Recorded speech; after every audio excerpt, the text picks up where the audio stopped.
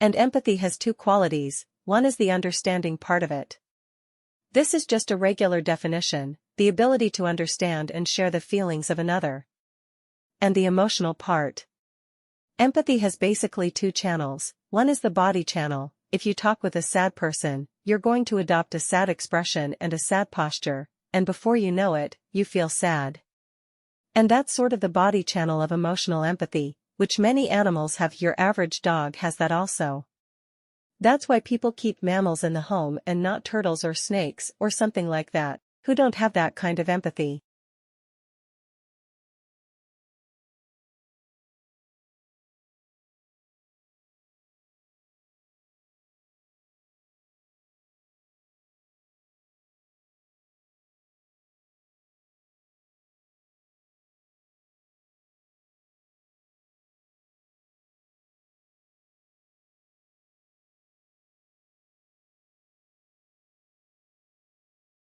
Loneliness creates a deep psychological wound, one that distorts our perceptions and scrambles our thinking. It makes us believe that those around us care much less than they actually do. It makes us really afraid to reach out, because why set yourself up for rejection and heartache when your heart is already aching more than you can stand? I was in the grips of real loneliness back then, but I was surrounded by people all day, so it never occurred to me. But loneliness is defined purely subjectively. It depends solely on whether you feel emotionally or socially disconnected from those around you.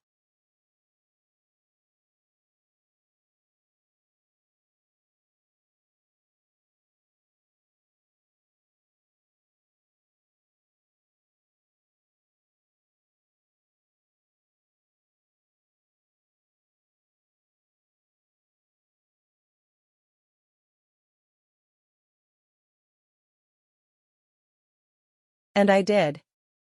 There is a lot of research on loneliness, and all of it is horrifying. Loneliness won't just make you miserable, it will kill you. I'm not kidding. Chronic loneliness increases your likelihood of an early death by 14%. 14%. Loneliness causes high blood pressure, high cholesterol. It even suppresses the functioning of your immune system, making you vulnerable to all kinds of illnesses and diseases.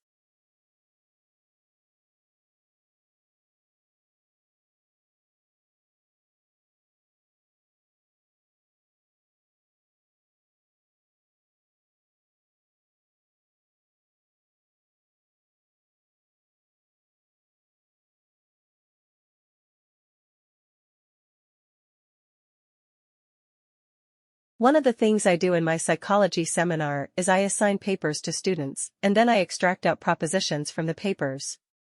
And they're propositions that are debatable. Well, what you want to do as an educator is you don't want to put forward a specific point of view. Not when what you're trying to do is to discuss a contentious issue.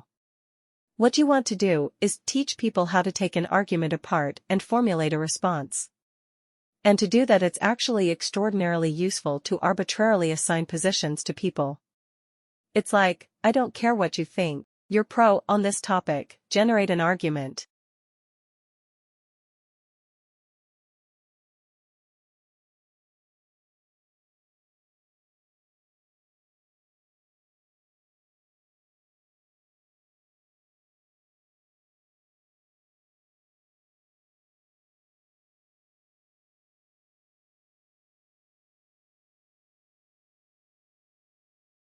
And what that does is it vastly widens people's conceptualizations of the argumentative space.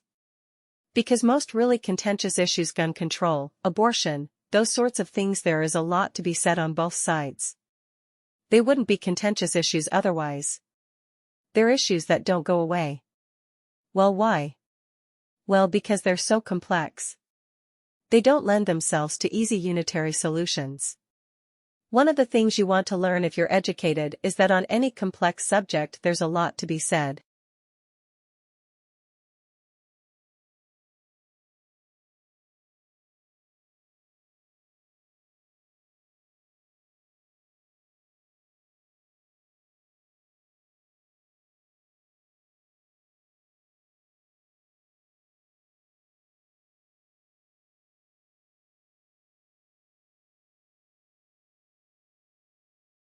So the three things that I think it really takes to be an effective manager were these. First of all, learn to delegate. You know, the most important thing is you have to trust your people to do work themselves, and if you're in the business of overseeing every single decision they make, you're not going to be a very effective manager because you'll be stretched too thin, and you'll certainly never be able to rise to higher levels of management where you're overseeing dozens or hundreds or even thousands of people. So that's the first thing.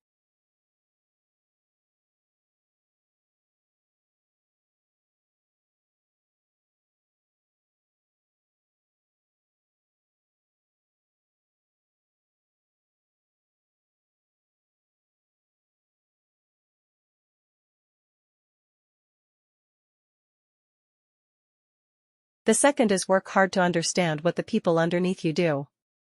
There's this tendency to think you know. If I came up through one skill, as I oversee people with different skills, I'm just gonna trust them to get it right, and you have to. Of course, you're not gonna be able to understand what everybody on your team does all day, but if you can understand their motivations, their terminology, their way of communicating,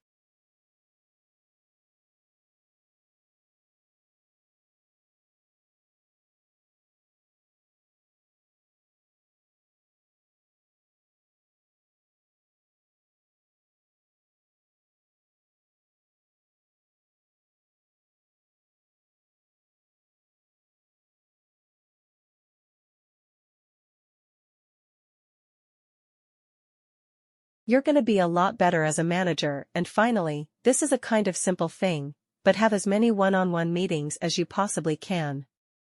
I think one thing that there's a lot of evidence is that having one-on-one meetings, especially with your direct reports, is one of the strongest predictors of success as a manager. Big meetings aren't good. Little meetings can be very good. It's time-consuming. It is hard, but it's a thing that really correlates with success as a manager.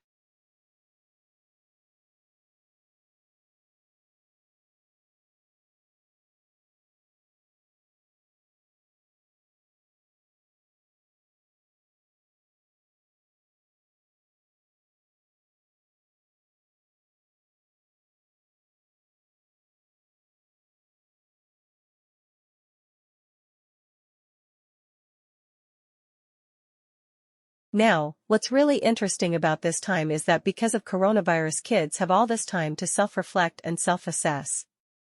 And so we should be actively promoting meta-learning during this time. And so what I've suggested is that we promote the idea of a learning journal. So the idea is this. Let kids decide their own learning path, let them decide what they want to learn. It could be if they want to learn how to cook. It could be they want to learn how to drive a car. It doesn't matter. What's important is that they write down their learning journey, and so there are three components to a learning journal.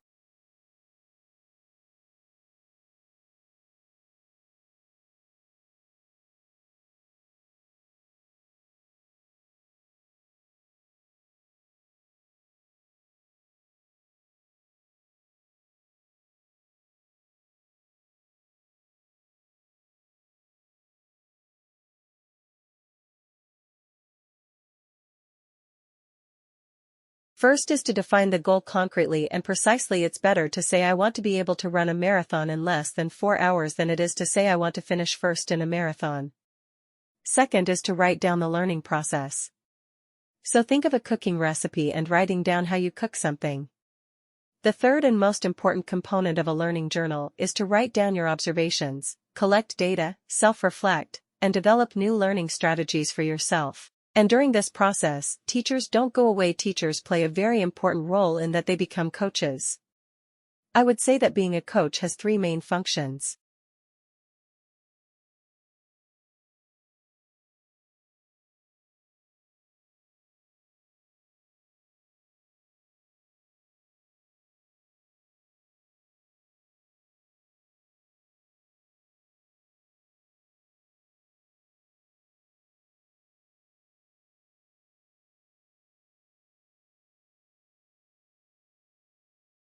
I encourage people to provide feedback to one another.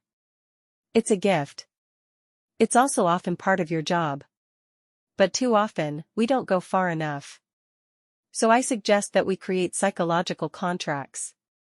You don't do it with everybody, but it's an opportunity to agree to exchange extremely honest feedback by mutual consent in a safe and trusting way. I say to somebody who trust, whose opinion matters to me, I'm getting up on stage. Let me know afterwards. Was clear? Did I give too much information, too little information?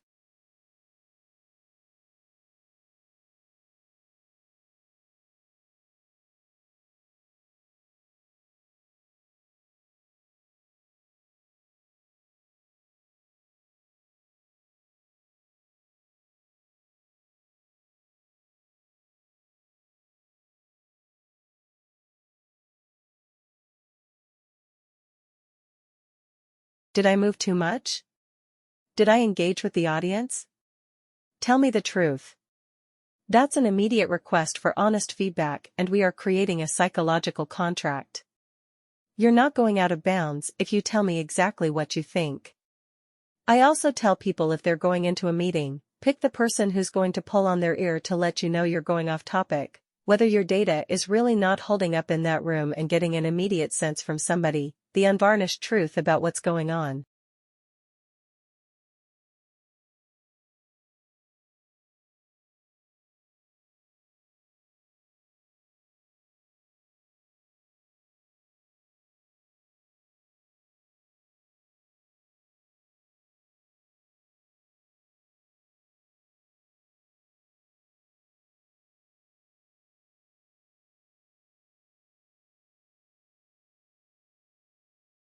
We know that the more comfortable we feel around someone, the less effort we will make about how we appear, and conversely, the more anxious we are about the judgment of others, the more our reflection has the power to horrify us.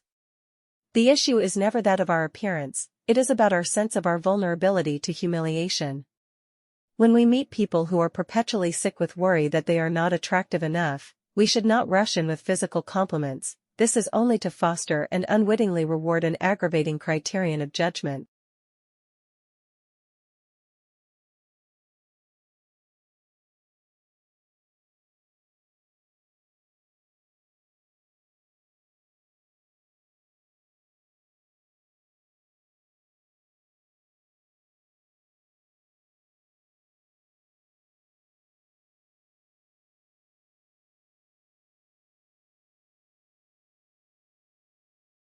We should learn to spot the wound in their early relationships that have made it so hard for them to trust that they could matter to others in their basic state. And that therefore perpetually evokes in them an unflattering self-image.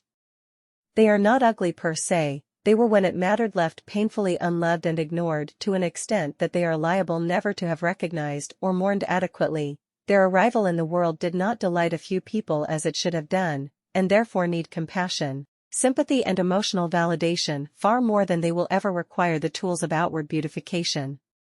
Feeling ugly stems from a deficit of love, never of beauty.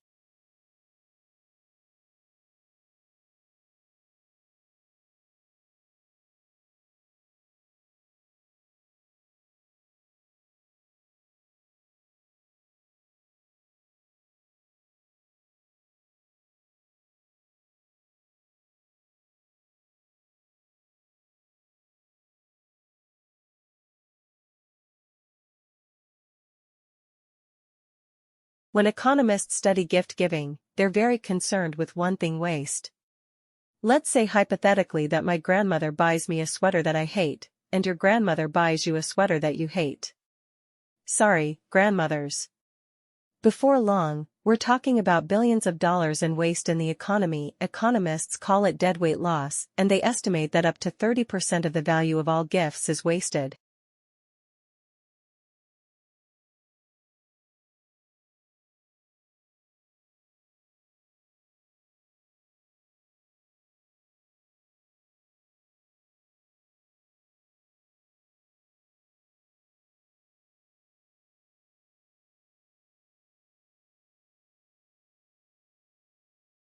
That means the company's wasted time making the gift, it means the giver's wasted time giving it out, and it means the recipient's wasted time returning it. There's a way to fix this. There is a very specific gift that is always worth the exact same to both the giver and the receiver. It's called cash. The good thing about cash is that the receiver can always make use of 100% of its value. The bad thing about cold, hard cash is that it's cold. It doesn't say anything except, "Here, take some money." So this is a conundrum.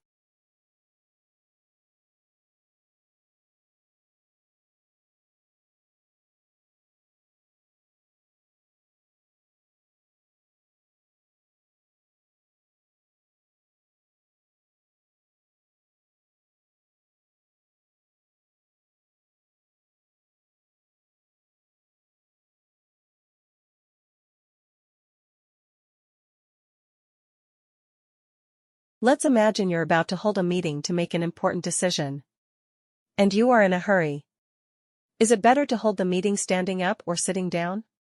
Researchers from University of Missouri asked groups of people to imagine that they'd crashed on the moon, and then only a few pieces of equipment had survived the crash. The groups were asked to identify which bits of equipment were most important, and their decisions were compared to the correct answers supplied by NASA. Some of groups held their meetings standing up, and the others held them sitting down.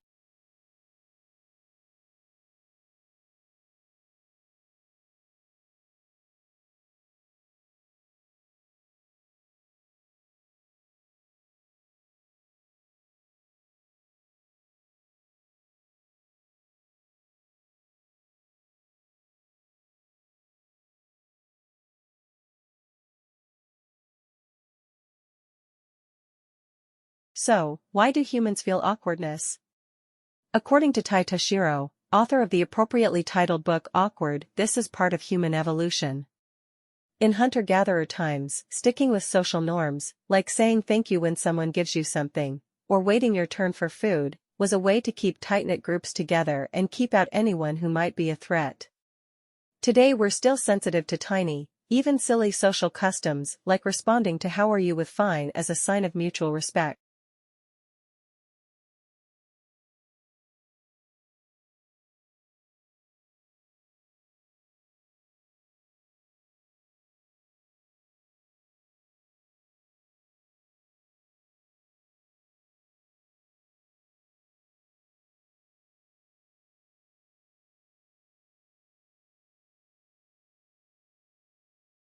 Studies say the right amount of eye contact during conversations is about 3.3 seconds. But awkward people don't instinctively do that. But when we don't look people in the eyes, it makes them feel socially ostracized. According to Toshiro's work, awkward people tend to look at other parts of the face, like the chin or the ear, more than the eyes. Therefore, they might end up alienating the person they're talking to, and missing out on important information about how that person might be feeling. The good news is that if your brain isn't great at social cues, it might be good at other stuff instead. Research shows that many autistic people are amazing at memory pattern recognition and problem solving.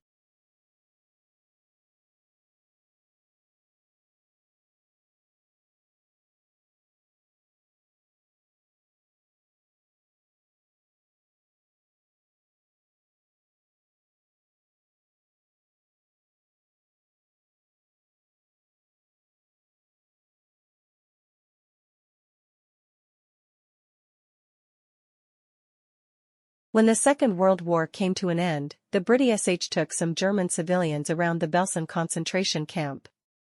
But why they do this? To show them what their own soldiers had done during the war. It was reported that one of the civilians had said, "What terrible criminals these prisoners must have been to receive such treatment," not uttered by a guard, but by a civilian. The just world hypothesis is a cognitive bias in which we as human beings try to make sense of a world that is unfortunately unjust. We like to believe noble acts lead to reward, and bad actions result in punishment.